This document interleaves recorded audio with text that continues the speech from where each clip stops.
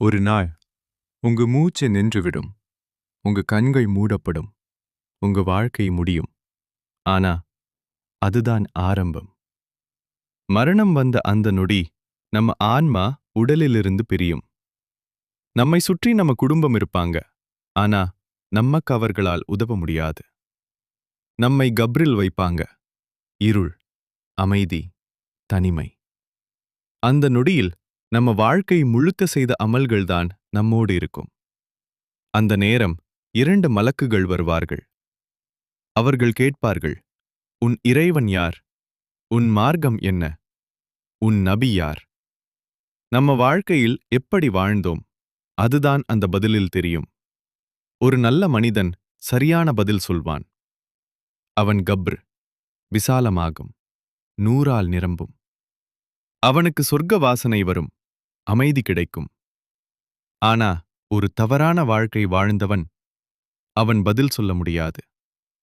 அவன் கப்ர், சுருங்கும், இருள் நிறையும்.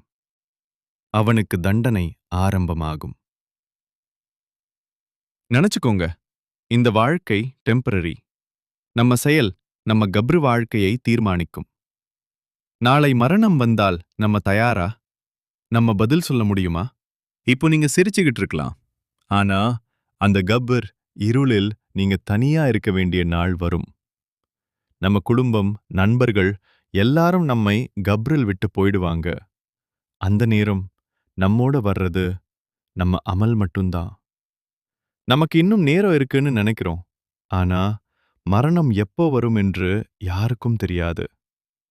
அந்த நொடியில் இன்னும் கொஞ்சம் நேரம் இருந்தா நன்றாக இருந்திருந்திருக்கும் என்று நினைப்போம்.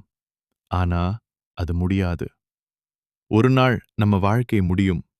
ஆனா நம்ம செய்த பாவங்கள் நம்மை விடாது. இரவு தூங்கும் முன் நாளை நான் எழுந்திருக்க மாட்டேனோ என்று யோசிச்சு பார்த்தீங்களா? அந்த கப்பர் பேசாது, சிரிக்காது.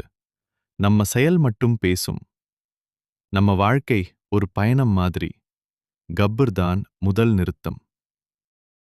யா அல்லாஹ், நம்ம கப்ரை ஒளியால் நிரப்புவாயாக. நம்மை சரியான பதில் சொல்லும் மனிதர்களாக மாற்றுவாயாக. ஆமீன்.